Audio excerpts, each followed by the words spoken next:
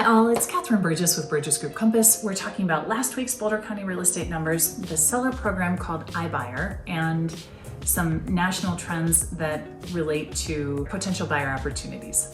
So before we get into the local numbers, we want to note that we are going to be ignoring the 2020 numbers starting now through the middle of May, and we will return to them as we get into the summer because they'll become relevant again then. We want to focus on 2018 and 2019 as demonstrating what was normal pre-pandemic. So with regards to our inventory, last week we had 99 units come to market. In 2019, there were 146 units that came to market and 146 in 2018. So a good third lower came to market last week. Then for under contracts, we had 72 buyers go under contract last week. That's compared with in 2019, we had 110, in 2018, we had 90. So that lower number of under contracts is something that could be a result of the interest rates going up. It could be a result of the end of spring break or the aftermath of the shooting. We don't know why we had a lower number, but to note, as we look at what's happened in 2021 with under contracts, we've had this up and down, and it has, there hasn't really been a rhyme or reason to it, but it has been very rhythmic. So we'll just keep watching that and see what we learn.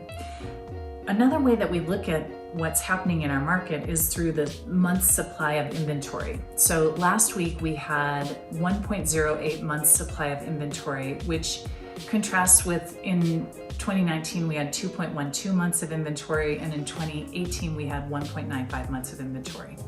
So that's a good chunk lower. Do keep in mind that a balanced market is between 5 and 6 months of inventory. So as those 2018 and 2019 numbers demonstrate, we have been functioning in the seller's market for the last 5 or 6 years. And so it's not uncharted territory for us. However, we do have more buyers now than we did then. And so we're seeing a price acceleration that was not part of our previous seller market experience. Think about those under contracts that were low. That translates into our price bands in a lower sell-through rate.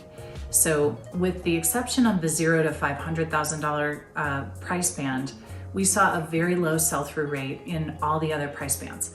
So the good news about that is that that should create a friendly market for buyers, and with the exception of $0 to $500,000, which had 120% sell-through rate, which is a steady clip. So as we transition to thinking about the national market, there is a program called iBuyer, which sounds like it would be for buyers, but it's actually for sellers. It's through Zillow, Redfin, and Opendoor, and it is a program where those companies say for an additional premium beyond what the usual real estate agent percentage is, we will sell your house, we will buy your house and then resell it. So you don't have to do projects, you don't have to improve curb appeal, you don't have to do an open house or showings, we'll just buy it and you'll be done.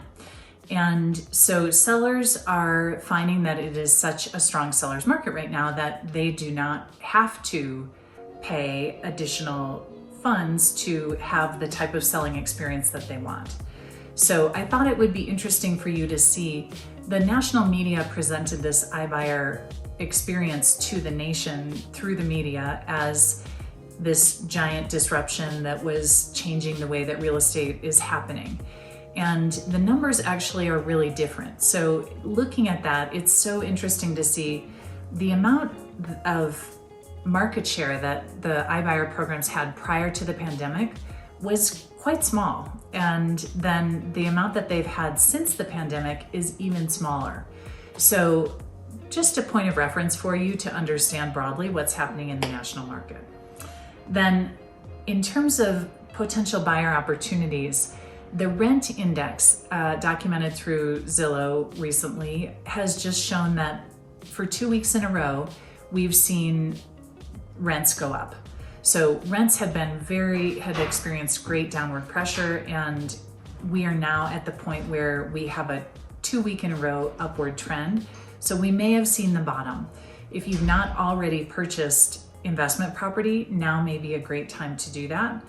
Additionally, if you haven't purchased commercial and you're interested in commercial,